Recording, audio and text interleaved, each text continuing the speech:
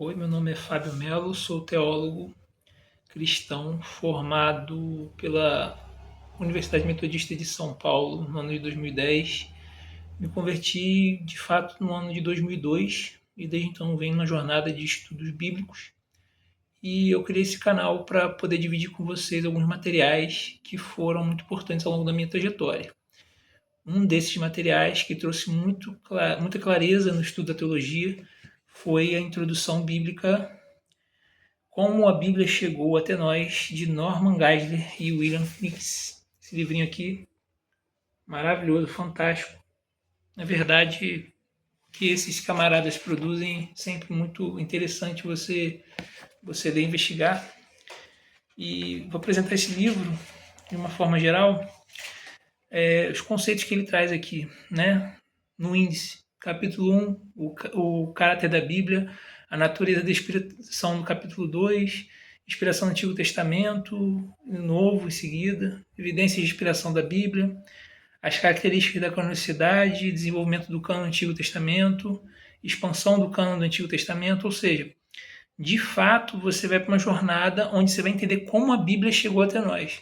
No primeiro capítulo você vai entender sobre como a Bíblia é composta e você vai começar a entender a definição teológica da inspiração, a divisão, a estrutura, sim. Brevemente ele vai falar isso no capítulo 1, né? Aqui vai mostrar aquele conceito, né, de Ketuvim, né? Quem já está familiarizado sabe do que eu estou falando, dos escritos, a lei, os profetas. No entanto, o mais interessante é a definição de inspiração que ele traz da Bíblia, né?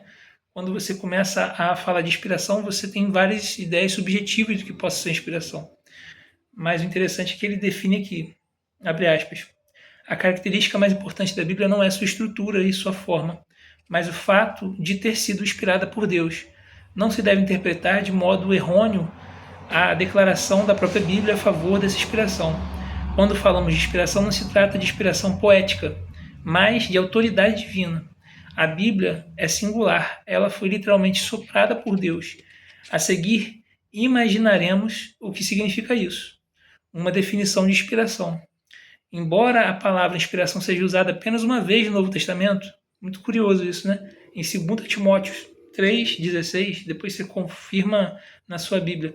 E outra no Antigo, em Jó 32,8, o processo pelo qual Deus transmite sua mensagem autorizada ao homem é apresentado de muitas maneiras.